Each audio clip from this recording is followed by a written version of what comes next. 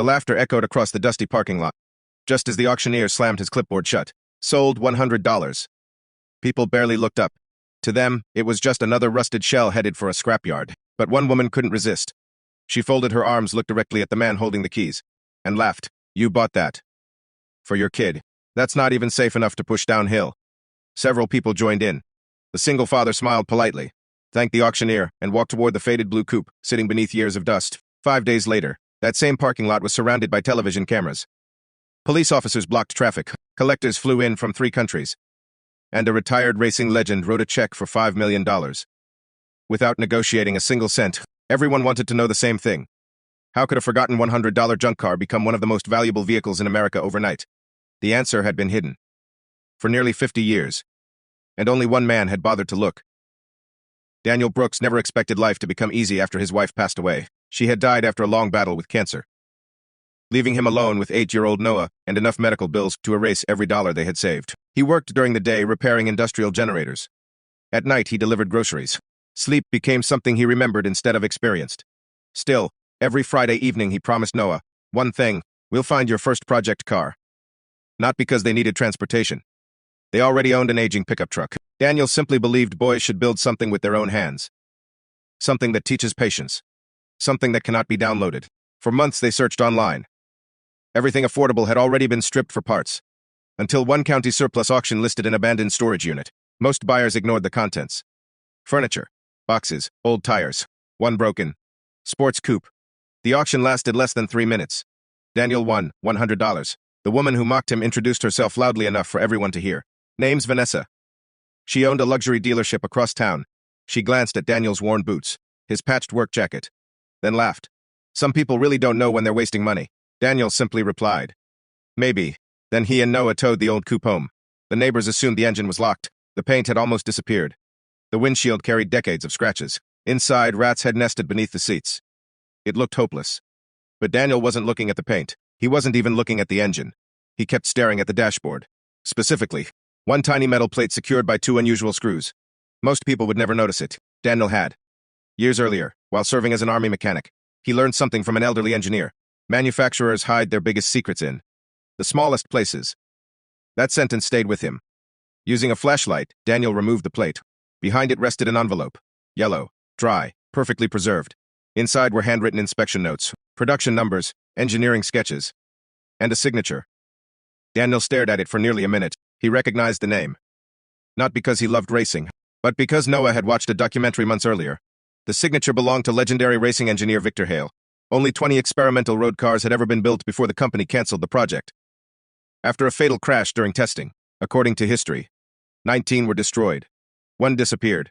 Experts believed it had been crushed decades ago. Daniel suddenly realized what sat in his garage. Maybe. He wasn't certain.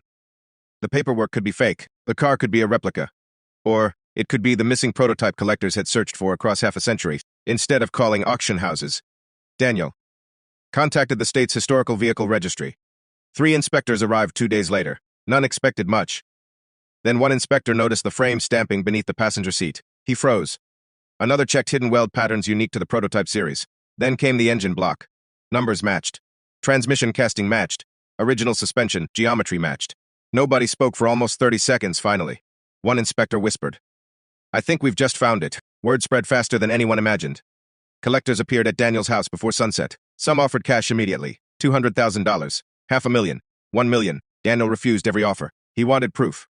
Official proof. That decision changed everything. Because proving authenticity meant uncovering ownership records. And ownership records uncovered a legal nightmare. The original manufacturer had gone bankrupt decades earlier. Its remaining assets passed through multiple corporations.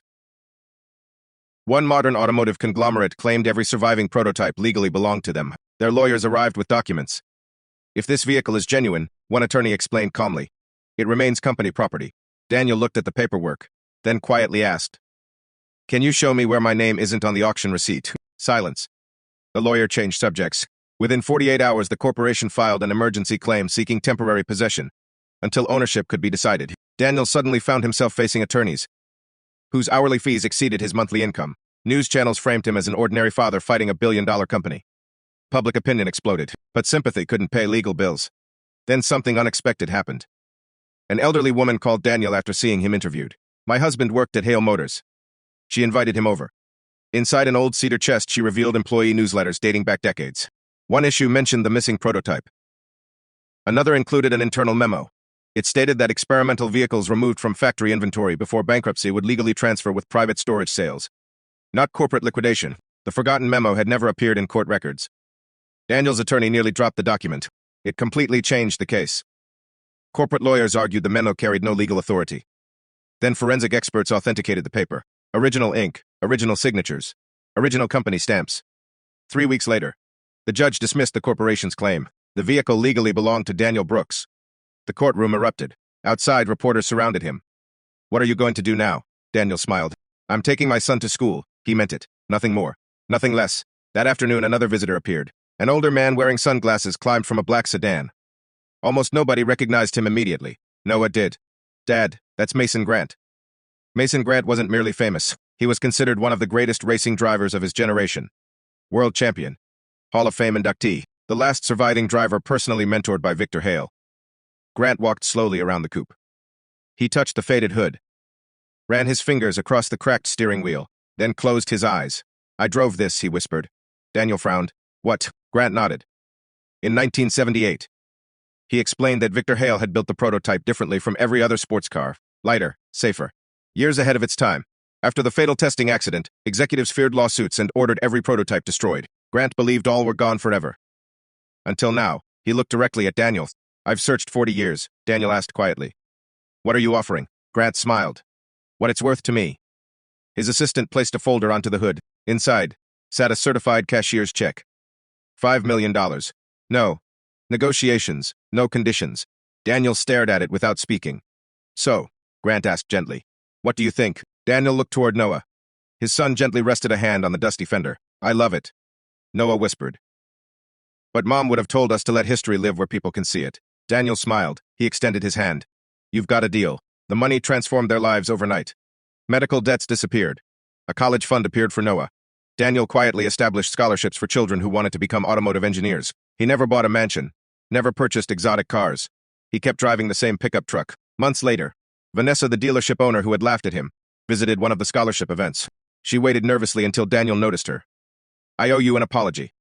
Daniel simply nodded. "You judged me before knowing me." "I know. I judged the car too." Daniel smiled. "So did almost everyone," Vanessa admitted. She'd spent years evaluating vehicles by appearance, assuming expensive paint always meant value. Daniel looked toward the students building engines inside the workshop. "His scholarship now funded. My son taught me something." "What?" "The most valuable things usually look forgotten." Years later, automotive historians called the discovery one of the greatest lost vehicle recoveries in modern history. Museums requested temporary exhibitions. Documentaries explored the forgotten legal battle that nearly erased the prototype forever. Collectors still debated whether $5 million had actually been enough. But Daniel never discussed the price. Whenever reporters asked what the car was really worth, he always gave the same answer. "It bought my son a future." And perhaps that was the greatest twist of all. The woman who mocked a single father thought she was looking at a worthless $100 wreck. She never realized she was looking at decades of hidden history. Buried paperwork, forgotten, justice, and a father's quiet determination to see value where everyone else saw trash. Sometimes, fortunes aren't found by the richest person in the room. They're found by the one person willing to stop, look closer, and never underestimate what the rest of the world has already given up on.